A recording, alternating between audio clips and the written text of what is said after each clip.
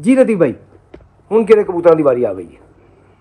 Teddy कबूतर ने जी, teddy परिंदे आ गए, मलक साहब दे नीले मोती वाले नीले मोती वाले बड़े मशहूर ने जी हाँ हाँ सही सही ते बड़ी अच्छी प्रवास देंदे ने शुरू तो लैके ही डाउने पे जी ਹੁਣ ਵੀ ਮਾਸ਼ਾਅੱਲਾ ਛੱਡੇ ਨੇ ਜੀ ਇਹਨਾਂ ਦੇ ਪੱਠੀਆਂ ਪੱਠੇ माशाअल्लाह। ਅੱਛਾ ਰਿਜ਼ਲਟ ਆਏਗਾ अच्छा ਇਹ ਉਹੀ ਬਰੀਡ ਹੈ ਜਿਹੜੀ ਮਲਕ ਸਾਹਿਬ ਨੇ ਦੱਸਿਆ ਕਿ ਉਹਨਾਂ ਦੇ ਵਾਲਿਦ ਸਾਹਿਬ ਵੱਲੋਂ ਆਏ ਨੇ? ਜੀ ਜੀ ਜੀ सही सही सही।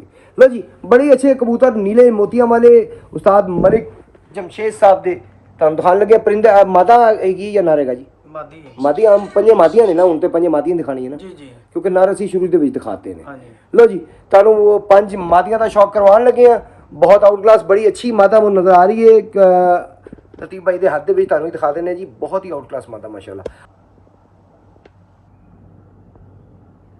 वाह बहुत प्योर है बहुत प्योर मादा माशाल्लाह।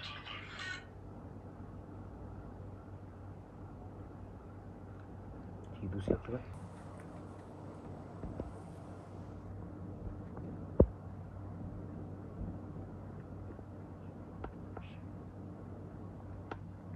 जी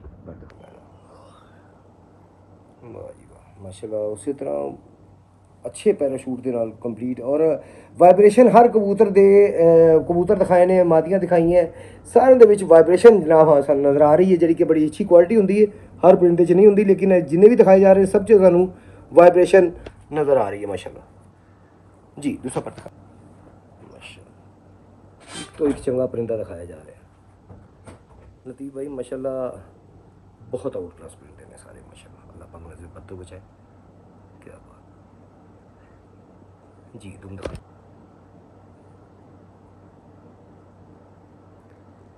जी पंजे